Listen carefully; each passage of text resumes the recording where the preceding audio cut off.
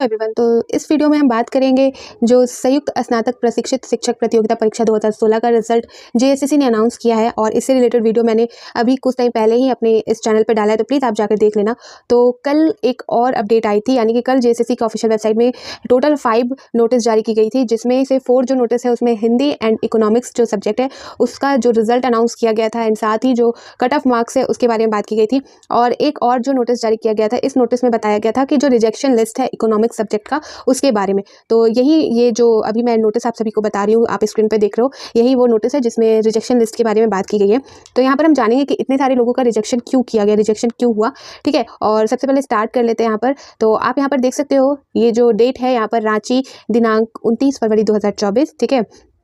और यहाँ पर देख सकते हो संयुक्त स्नातक प्रशिक्षित शिक्षक प्रतियोगिता परीक्षा 2016 आवश्यक सूचना, ठीक, संख्या है 1107, ठीक। आगे देख सकते हो इस नोटिस में कम से कम 6 पेजेस की नोटिस है, जिसमें 2 पेजेस आपका जो रिजेक्शन लिस्ट है वो जारी किया गया है, बाकी सारी चीज़ें इन्फॉर्मेशन यहाँ पर दी गई है।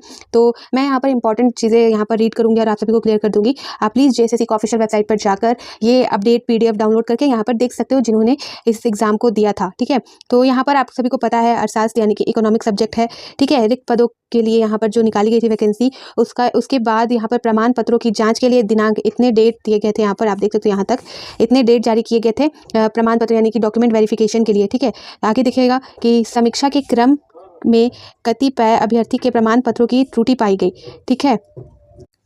तो यहाँ पर इंपॉर्टेंट चीज़ें मैं क्लियर कर दे रही हूँ, बाकी चीज़ें आप ऑफिशियल वेबसाइट पर जाकर चेक कर सकते हो जेएसएससी के, और PDF के फॉर्म में PDF डाउनलोड करके आप ये नोटिस देख सकते हो। तो यहाँ पर आप देखोगे कि आवेदकों को सूचित किया जाता है कि आवेदन सबमिट करने की पूर्व भरी गए आवेदनों को ठीक से देख ले, यदि कोई त्रुटि है तो इसे सुधार कर ही आवेदन सबमिट करें, ठीक है। एक बार आवेदन सबमिट हो तो ये सारे जो रूल रेगुलेशन जो पहले ही बता दिए गए थे एप्लीकेशन फॉर्म जारी करने से पहले, यहाँ पर वो सारी चीज़ें दी गई हैं जो मतलब अभ्यर्थियों से जो भी गलतियाँ हुई हैं उसके वजह से जो रिजेक्शन लिस्ट जारी किया गया है वो यहाँ पर बताया जा रहा है। आप प्लीज़ अच्छे से रीड कर लेना, पढ़ लेना, ठीक है।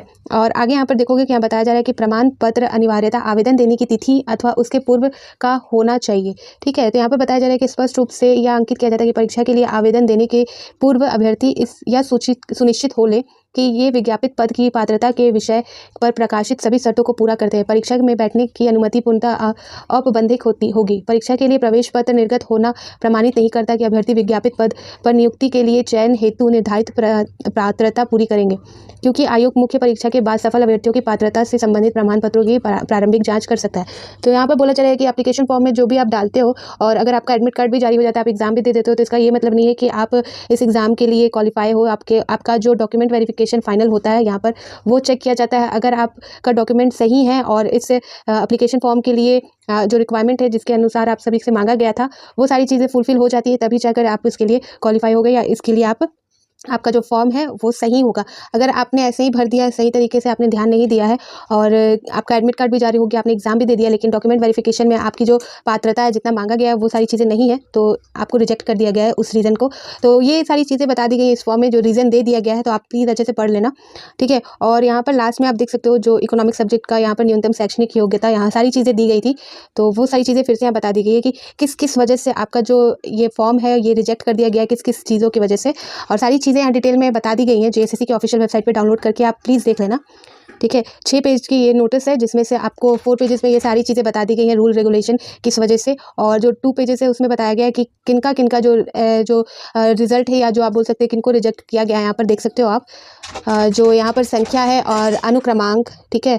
और 3rd नंबर में देख सकते हो अभ्यर्था रद्द, यानी कि अनारक्षित कोटि और सीधी नियुक्ति तक सीमित करने का कारण, ठीक है। तो ये जो रोल नंबर है मैच कर लेना।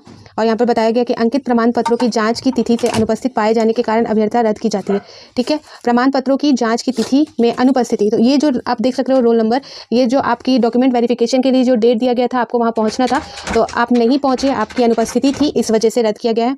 और ये सारी चीज़ें हैं जो आप देख सकते हो ऑफिशियल वेबसाइट में, अपना रोल नंबर यहाँ पर देख सकते हो। अगर आपका रोल नंबर यहाँ पर होगा तो आपको पता चल गया होगा, ठीक है। और भी अपडेट के लिए मैं फिर मिलती हूँ, बाय बाय।